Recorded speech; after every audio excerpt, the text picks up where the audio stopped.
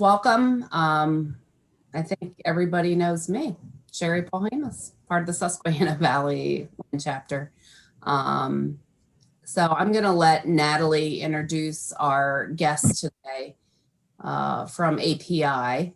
And so Natalie, you can take it away from here. Sure. Yeah, so Stephanie Catarino Wissman joined API Pennsylvania as the executive director in October in 2011.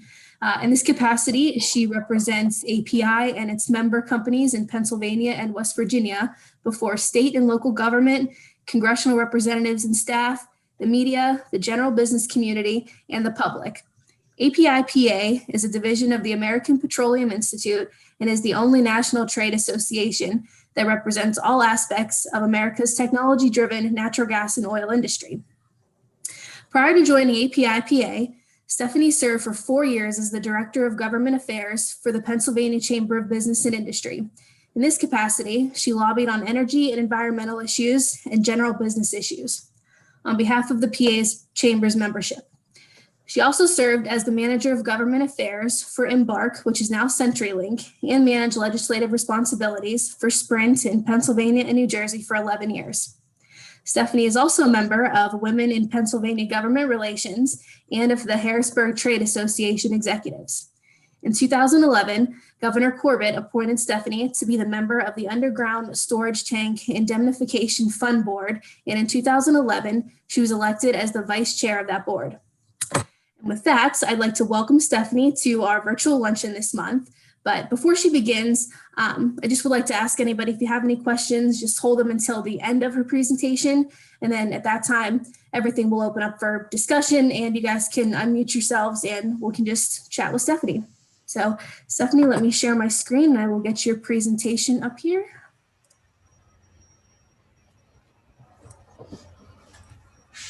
Thank you, Natalie. And thank you everyone for having me today. I really appreciate it. And I appreciate that if you have good weather out there today, that you actually are in front of your computer for this. All right, next slide, please, Natalie. All right, very good. So I'll just start out with an introduction of who API is for those of you that really aren't too familiar with us. So as Natalie said, API Pennsylvania is a division of the American Petroleum Institute, which is the only national trade organization that represents all aspects of the oil and natural gas industry. We have about 600 members and they produce, process, and distribute most of the nation's energy. And the industry supports more than 10 million jobs and is backed by a growing grassroots network of millions of Americans. So API was founded 101 years ago. So last year it was a big deal when we celebrated our 100th anniversary. And API was actually founded as a standard setting organization. So while we are an advocacy organization for sure on behalf of our members, we were really founded on these standards and we maintain around 700 standards and recommended practices. And this is everything from, when you take a look at, the best minds out there when it comes to petroleum and petrochemical equipment and operating standards. We do engineering safe practices, community standards, you name it, of the 700. And of those 700, a couple hundred of those, maybe about 300 of those are actually incorporated by reference into state and federal regulation. So as an example, if you were to look through an OSHA handbook and you see API referenced as API recommended practice or API standard number, that is API. And I wanted to also give you a little bit of a background on the state government relations network at API that I'm a part of. So while we're headquartered in Washington, D.C., we have an offshore safety office in Houston, Texas, but we also have a presence in 34 states, including Pennsylvania and West Virginia. So we used to have about 23 state offices, but starting last year, fall of last year, API did a major restructuring of our state government relations program. So we went from 23 state offices to 8 offices that make up 6 regions for state government relations for API. And that's when I inherited responsibility for West Virginia. So, and I will tell you, not being familiar prior to taking on West Virginia, it was quite an eye-opening and quite the learning experience, because very differently from Pennsylvania's legislature, we're a 2-year full-time legislature. And with West Virginia, they are a part-time, really a citizen legislature, really. and they meet for 60 days once a year. So it is really a compressed time frame, and it's crazy at warp speed that you're working on different pieces of legislation. So if you are proactively working on something, you got to work on this months and months in advance of the legislature coming into Charleston and convening the meeting of the legislature. So very much a learning experience, but we're having a lot of fun with it, really.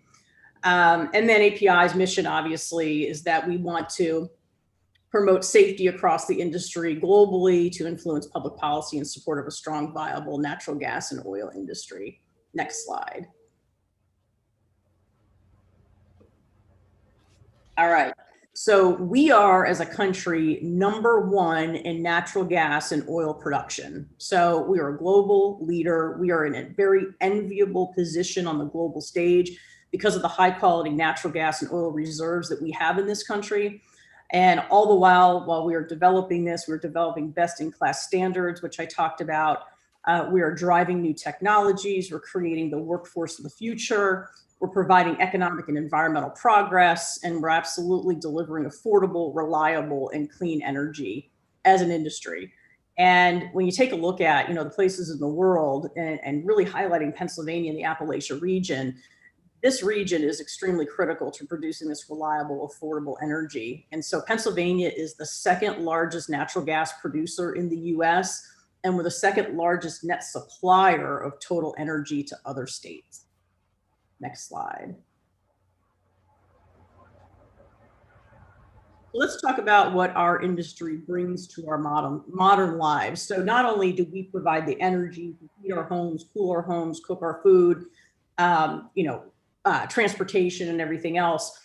In addition to being energy providers, we also provide the derivatives for our everyday products. So, while we're powering your TVs and your, electronic devices and everything else, what makes up those types of products is the hydrocarbons or derivatives coming from natural gas and oil. So when you think about it, when you wake up every morning, there's not much in your daily lives that isn't touched in some way by the energy that we produce. So whether it's, the roads that we're driving on, the clothing that we wear, the medicines that we take, the iPhones that I talked about, the paints, when you look at the paintbrushes up there, guess where paint comes from? Well, the derivatives of oil and natural gas make that possible. Modern medicine, because of the natural gas and oil industry, we are able to have modern medicine and equipment. So there really is not much that we don't impact in our daily lives. Next slide. Okay. So again, looking from an economic perspective, so I'd like to highlight the affordability that the abundance of natural gas and oil gives us. So when you take a look at this graph here from 2008 up to 2019, so roughly the last 10 or 11 years, as prices in healthcare and education and food continued to increase, you look at healthcare has increased 75%. Since 2008, educational costs have increased 38% and foods increased 27%. All at the same time, our household energy bills have decreased 14.5%. So that's really significant when you take a look at. So we are doing as an industry by having affordable, abundant natural gas, we're doing our part to make sure that the citizens are realizing the benefits in their monthly electricity bills. Next slide, please. Okay, so that's a little bit of a capsule on the economic benefits of natural gas. So let's take a look at what we're doing in regard to the environmental progress and in what we're doing to reduce emissions. So according to an Energy Alliance report, Consumer Energy Alliance report from a couple of years ago, emissions of air pollutants and greenhouse gases have declined significantly in Pennsylvania. And when you looked at between 1990 to 2017, even as the state remains a major energy producer and consumer. So from 1990 to 2016, the state's carbon dioxide emissions decreased by 18%. And these reductions occurred while, when you think about it, state's GDP grew 177%, vehicle miles traveled per capita increased 10%, and the population increased 7.5%. So it really is amazing when you think about that while all of these things increased, we as an industry were able to continue to reduce emissions. Next slide, please. So talking about greenhouse gas emissions. So you're looking at the Environmental Protection Agency's latest GHG report that shows that our continued progress in lowering US emissions. So total GHG emissions fell 1.7% from 2018. So most recently between 2018 and 2019, it fell 1.7%. And then it's decreased, the GHG emissions have decreased 11.6% since 2005. And the increase in natural gas electricity generation has contributed to a 33% decrease in overall CO2 emissions, predominantly from the electric power generation sector from 2005 to 2019. When you take a look at methane emissions from natural gas systems, they have decreased 4% since 2005, even as natural gas production over the same period increased more than 90%. Emissions, when you take a look at abandoned oil and natural gas wells, emissions from these sources have fallen 2.9% since 1990, 8% since 2005, and 9.5% since 2018. So this really is a reflection of the reduction in the official estimate of unplugged abandoned wells. I believe in Pennsylvania, we have between 8,000 and 9,000 abandoned wells, I believe is the last number that I saw from DEP, just as a comparison. And you take a look at the right there where the EPA does give significant credit for that 1.7% emission decrease to the growing use of cleaner natural gas. And, looking at it from a fact-based perspective, that was largely driven from fuel switching, from electricity generation, shifting from coal to natural gas. And when you take a look at the energy portfolio for Pennsylvania, it's roughly a third natural gas, a third nuclear, and a third coal, with some lower percentages being made up by renewables and hydro. Next page, please. Next slide. Okay, so when you take a look at lowering power sector carbon emissions, again, no other nations cut CO2 emissions more than the US has since the year 2000. And we truly are climate leaders in this space. And our actions are proving what we're doing here, and the results are significant. So natural gas that we supplied at a record high of 40% of US net electricity generation in 2020, and that's per EIA, and drove US carbon emissions from power generation to their lowest levels in over 30 years. So that really is in a generation when you take a look at that time period. And as I said before, these climate emission reductions are largely because of the natural gas being produced here in the Marcellus Shale region. And if you take EIA's data on the net generation, it shows that over 80% of the decrease in coal generation between 2005 and 2017 was partially offset by the expanded use of natural gas, which went from 5% of the generation mix in 2005 to 34% in 2017, which is astounding. So it's an increase of 580%. As I outlined before, roughly a third of those three leading energy sources in Pennsylvania. But that kind of increase, 580% increase, is really, really amazing. Next slide, please.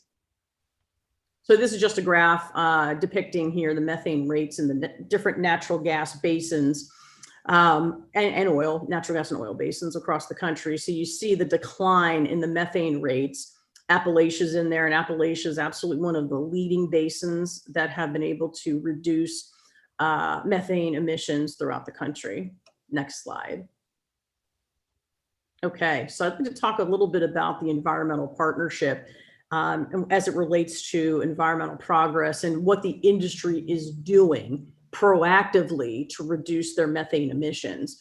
So the natural gas and oil industry recognizes that the risks of climate change are real. And that is why a couple of years ago, API spearheaded the environmental partnership to continuously improve our environmental performance as an industry. So as of right now, 90 upstream and midstream companies in the United States, and these are onshore development companies, have voluntarily joined this initiative to aggressively reduce air emissions, both methane and VOCs, from production and the transmission segment. So when API first launched the environmental partnership a couple of years ago, it was focused solely on the production sector.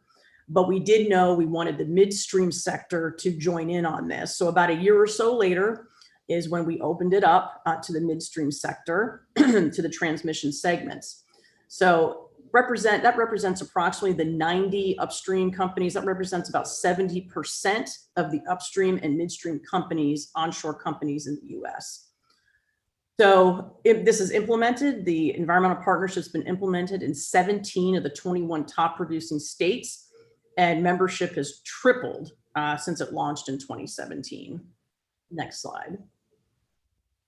So when a company joins the environmental partnership, and let me make it clear too, you don't have to be an API member to be part of the environmental partnership. This is open to all onshore natural gas and oil producing companies and midstream companies. So we also make sure that when these companies decide to sign on and be a partner in the environmental partnership, that they've got to put their money where their mouth is. So we have annual reports that track the progress in this area and how the companies are doing with reducing their environmental footprint. So you take a look, there's 3 specific categories that the annual reports take a look at. The first one is increasing leak detection and repair. So the first report with the bullet points there, what it showed is that more than 87,000 sites were surveyed, more than 116 million component inspections were performed, more than 184,000 surveys were conducted, and 0.08% leak occurrence rate, or less than 1 component leaking in 1,000, which is pretty impressive. The second category here that we take a look at is prioritizing better equipment. So what we found, what the report showed us, is that more than 10,500 additional gas-driven controllers and more than 3,300 high bleed pneumatic controllers were replaced, retrofitted, or removed altogether. More than 2,800 zero emissions pneumatic controllers installed at new sites, and 43 companies no longer have high bleed pneumatic controllers. And again, very, very impressive statistic there. And third category that we looked at was improving manual liquids and unloading process. So emissions minimized by monitoring more than 44,000 manual liquids unloading events. So that was essentially in a capsule there. That is what the first annual report found. Next slide, please. Okay, so about a month ago, API announced its climate action framework. And again, we recognize the risks of climate change are real. We want to be proactive. And when API came out with the announcement of our climate action network, this is not something that was taken lightly. This is not something that was just on a whim we decided to do. These internal talks have been going on for quite some time with the membership. And the climate action framework was unanimously approved by our board of directors. So we have 5 components to our climate action framework. So the first one is that we believe and support that you need to accelerate technology and innovation. We need to further mitigate emissions from operations. We need to endorse a carbon price policy. We need to advance cleaner fuels, and we need to drive climate reporting. And I'd like to talk a little bit more in depth about the endorsement of a carbon price policy to make sure everybody understands this. So what this means is that we can support a nationwide, market-based, economy-wide price on carbon. Now, does API have an actual proposal that we are taking up to Congress, at the national level right now and advocating for? No, we do not. But what we're saying is that, look, we recognize that this is the best way to deal with this. This is absolutely the best way to deal with this at a national level, making sure that all emitters are taken into consideration, the economy-wide and market-based approach. And so, whether that means a tax on carbon, whether that means a cap and trade program, it could be a lot of different ways to get to that particular point. But we feel that the most efficient way to deal with carbon reductions and climate policy is to make sure you do it at the national level, rather than having state by state patchwork of different rules and regulations on reducing methane, CO2s, et cetera, carbon. So this is the way we feel that the country should progress, and that's the direction we feel it should go in. Next slide, please. Okay, so according to IEA, so even with the US rejoining the Paris Climate Accord, which API has always supported the ambitions of the Paris Climate Accord, even with reaching or meeting the goals of that Paris Climate Agreement, 46% of the world energy is going to be made up of natural gas and oil. So we as an industry are still going to be a very important part of the energy mix in 2040. So look at 46%, and you look at some of the other energy sources in there. You got nuclear, hydro, bioenergy, the renewables, and coal. So, you know, like it or not, we are going to be part of the solution going forward. Next page or next. So when you take a look at reducing carbon emissions as well, you take a look at other technologies, you know, technological advancements and innovation. That's what this is all about. So when you take a look at this graph here, what it's showing is that the United States leads the world in deploying carbon capture, utilization, and storage technology. So you take a look, let's see, we're here at 2021. So we're approximately right now, as far as deploying it, capture capacity about 35 million tons per year. Then there's a projection there all the way out to 2029 saying that, you know, when you look at deploying this technology, we're going to be up around 65 million tons per year. So we're absolutely leaders in this space. Next slide. So when you look at carbon capture capacity as compared to other countries throughout the world, right there, you see US has the most projected capacity to bring carbon capture to realization. So you look at the US right there, looks like 25 million tons per year is the capacity that we have right now. Next slide. Okay, so you talk about more innovation, you talk about technological advancements. There's been a lot of talk about hydrogen technology, innovation and infrastructure. So hydrogen's increasingly being recognized as a valuable pathway for meeting very ambitious climate goals, particularly in reducing emissions from hard to abate sectors. So expanding the role of hydrogen in decarbonization requires cost-effective production and low carbon hydrogen from all sources. So today, you know, most hydrogen is produced with natural gas, but if you pair it with climate capture, utilization, and storage, such as blue hydrogen, which is a method, one of several methods needed to cut CO2 emissions. And what makes it blue hydrogen is the fact that you're injecting it in the ground, underground storage. So this offers really a promising and scalable, low carbon fuel source. I know there's talk about, you know, hydrogen fuel cell vehicles at some point in the future, because, you know, that is clean burning, zero emissions vehicle right there. So there's still a lot of research and development that needs to be had here. But, you know, everybody's all about the future and what hydrogen and, you know, what kind of role hydrogen can play in decreasing carbon emissions. And, you know, API supports policies that advance the technology neutral development of low carbon hydrogen and the use of hydrogen and carbon reduction efforts. So this is something that we're absolutely behind. And again, it comes around with, you know, technological advancements and innovation is the key to this. Next slide.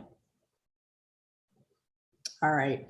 So just to wrap it up all in a bow here, you know, the natural gas and oil industry, we support both the effective regulation, direct regulation of VOCs that reduce methane emissions and measurability, industry action to incorporate methane reducing technologies throughout the supply chain.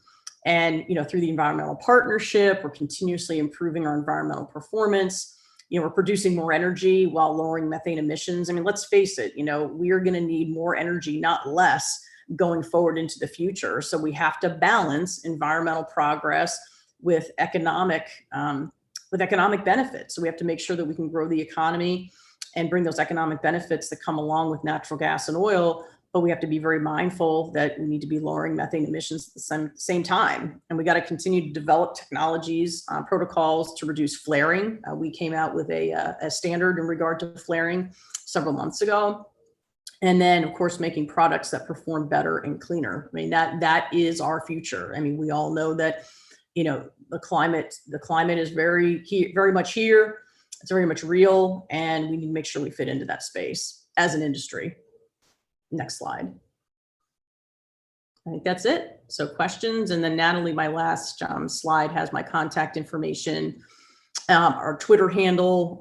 Yeah, so you can absolutely follow us, whether it's on Facebook, whether it's on our Twitter handle, our website, which is api.org.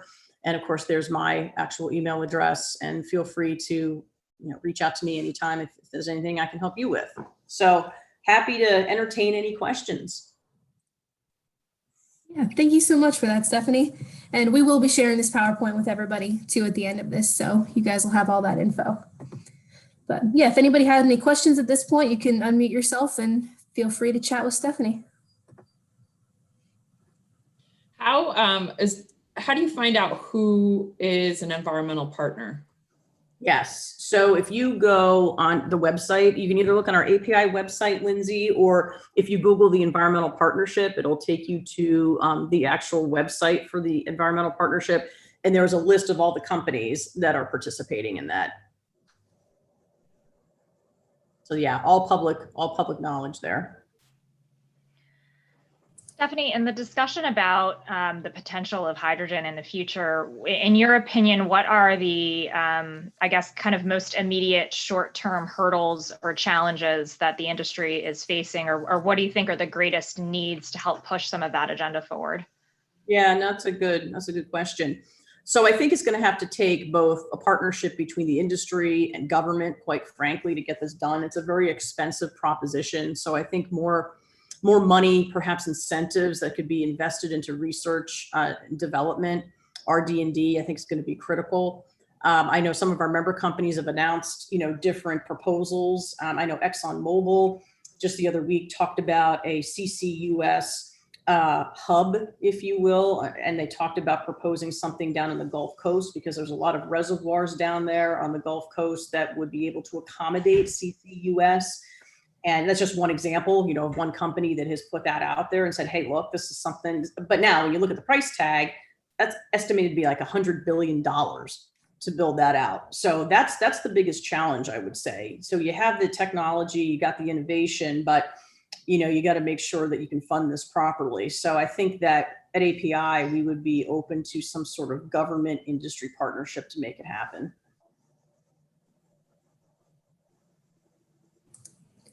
So I had a pandemic related question, kind of.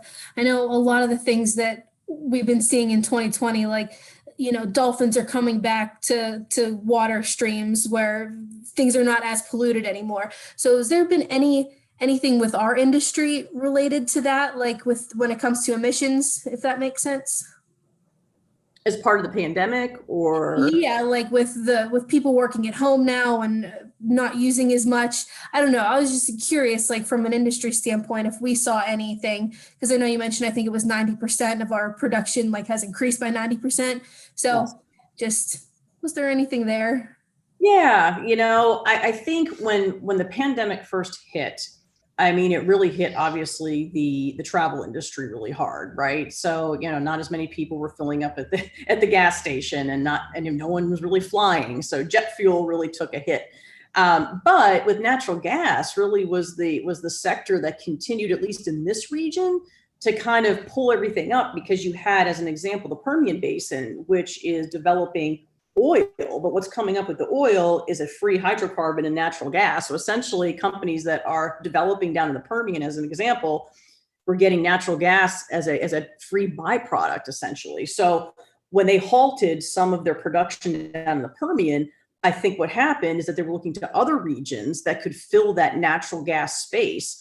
And that was the Appalachia region, quite frankly, because we're producing natural gas up here. So we were really making sure that, we're providing the needs that were out there. Now, from the manufacturing perspective, yes, I would think maybe the first 6 months or so, when there was the stay-at-home order and, only essential workers were there, you definitely saw a decline in industrial activity in regards to that. But to your point, more and more people were at home, so you needed energy more at home when you were working remotely and all of that. But yeah, I think it's fair, Natalie, to say that we probably did play maybe a little bit of a role in that reduction, perhaps. But the story that you said, or example you gave about the dolphins and all of that, it's very interesting because the shore town that I grew up in and go to every year, you know, at least the first time in my memory, we saw whales for the first time, humpback whales, you know, right within eyesight, you know, swimming by and jumping out of the water, and probably more dolphins than I've ever seen before. And you have to wonder, right? You have to wonder if that's because of less industrial activity or what. I don't know. Thank you. So did anybody else have any questions or general thoughts about the topic for Stephanie?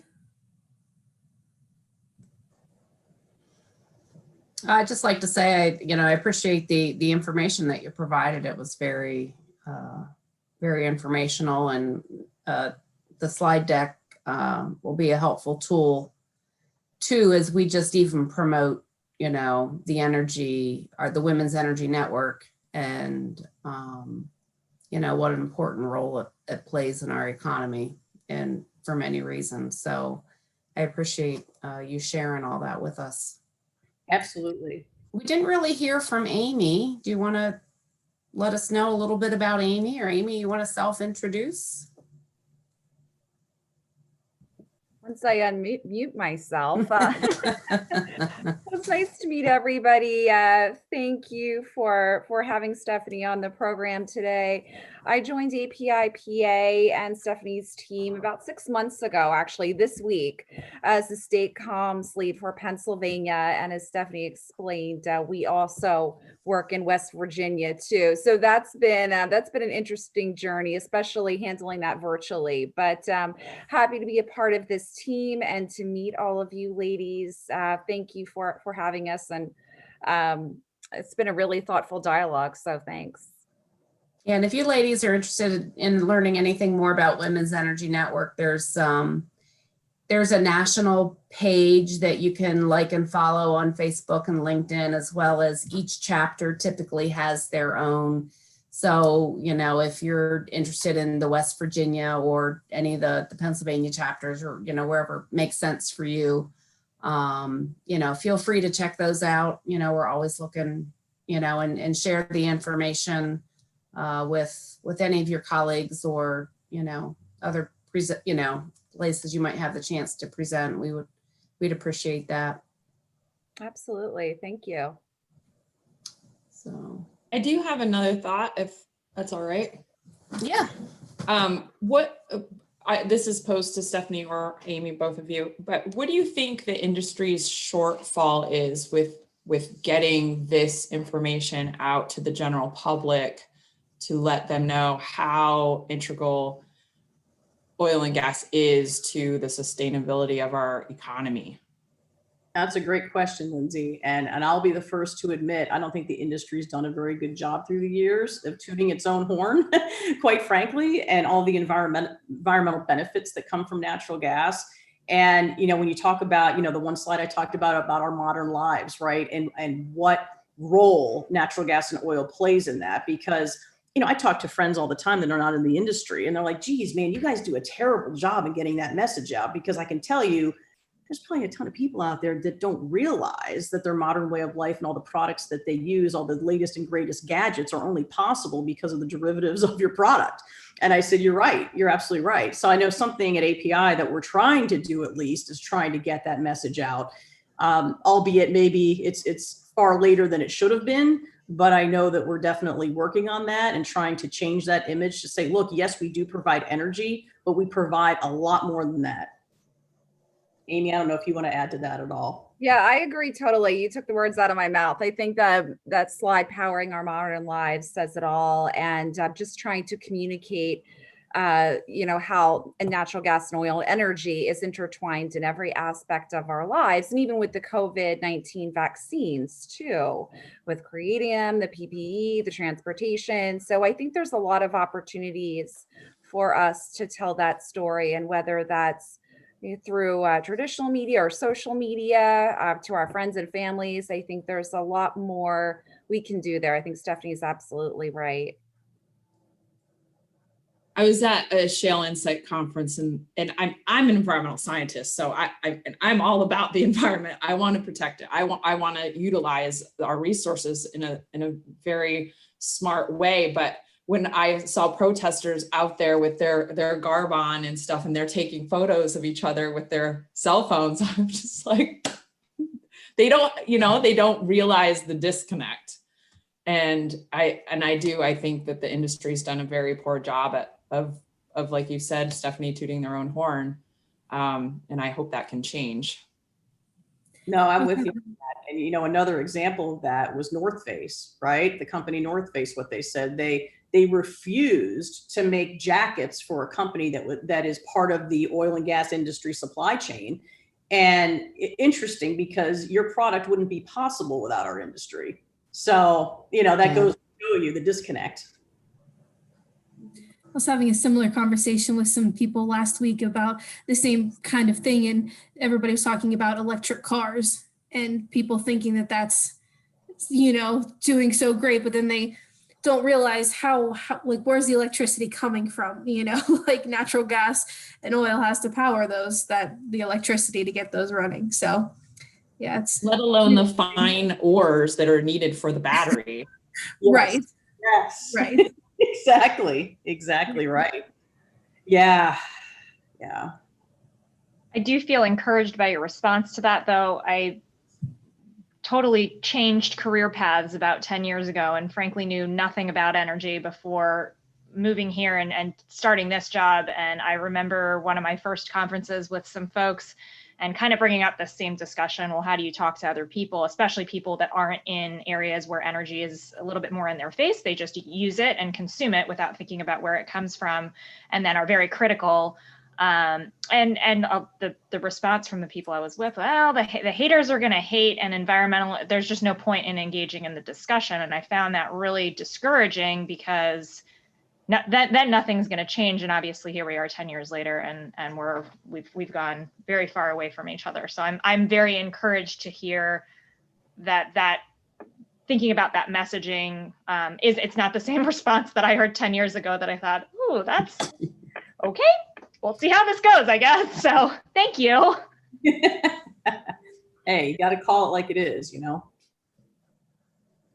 I think that's just a reminder, for anything that we might be involved in, if we can get that in the conversation, somehow continue to educate, our peers, or, even a younger generation, like if there's career day or something that you're aware of, in your community to try to get in there, or get, if I don't know how well I could speak about it to others, so to speak, but, get a person in there to represent, energy and the importance of it. I think we got to start even with the younger generation, because, there's certain generations you're not going to convince easily, but. You're absolutely right, Sherry. You are absolutely right with that. And, I tell my girls, ever since my daughters were little, right, just about the importance of the industry that mom works in, and this is what we do. And, you love your iPhone so much, guess what? You wouldn't have it without the industry. And I'll tell you what, it's funny, at least one of my girls, I don't know if the other one did, but one of my girls, even in elementary school, there was a teacher that was railing against our industry. And you know what I mean? I gave her credit. She actually spoke up and said, no, this is why the natural gas industry is important. And I said, well, good. At least I know she's listening to me some of the time. And I will say, both of my girls are very much, particularly my older one, all about the climate and everything else, which I said, hey, that's great. But you have to understand that there's a place for the natural gas industry, natural gas and oil industry. And, we're doing it right. We're doing our part in trying to reduce climate emissions proactively, because quite frankly, it's the right thing to do and it's good business. So, so I have to keep reminding my daughters of that, and, just saying, hey, look, I'm all about the climate as well. I want a clean environment, and our industry, quite frankly, we cannot achieve the goals laid out there without natural gas. You just can't do it.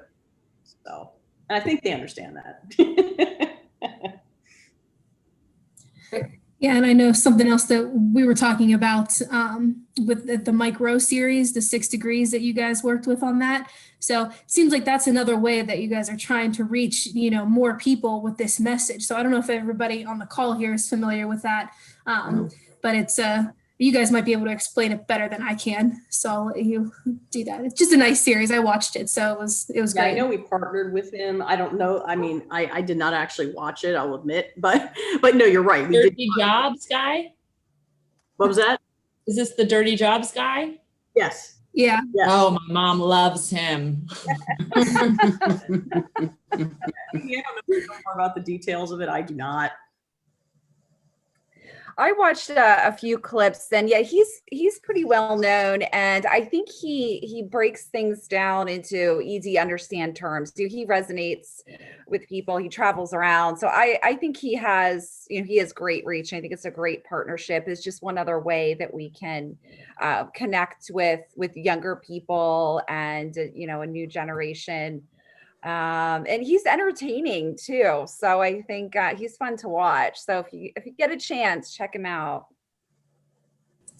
I know that in the Northwest, they've been trying to permit an underground injection well for years. And the town, that's a small town, the town has been, continuously engaging different aspects of, but I mean, this is way beyond me, the law, but however, they're backing this small little town in Pennsylvania is coming from Leonardo DiCaprio and Mark Ruffalo. And they have these funds that can just continuously push these lawsuits through a plethora of I mean, Marissa, you could probably speak to all this, but they have all this backing. No, the legal aspect, but they just have all this backing and this funding, and they can just keep postponing all of these projects. And unfortunately, that's sending a big message, and people love social media and they love celebrities. So to hear that Mike Rowe is trying to, bring to the forefront the other side is encouraging to hear as well. Yeah, definitely. If you happen to have clips of any of that we can share. I'm sure we can dig some out. Yeah. Yeah, I have the original email that somebody from API sent out to us. So Sherry, I can forward that to you. There's a couple clips that he has in there. But it's on Discovery Plus. It's, I think he kind of coins it like a low budget, kind of just a fun way to talk about all this stuff, So there's dramatizations and weird animations and all kind of stuff going on just to keep your attention and explain different aspects of this industry and how it ties into our actual lives every day. So it was a good watch.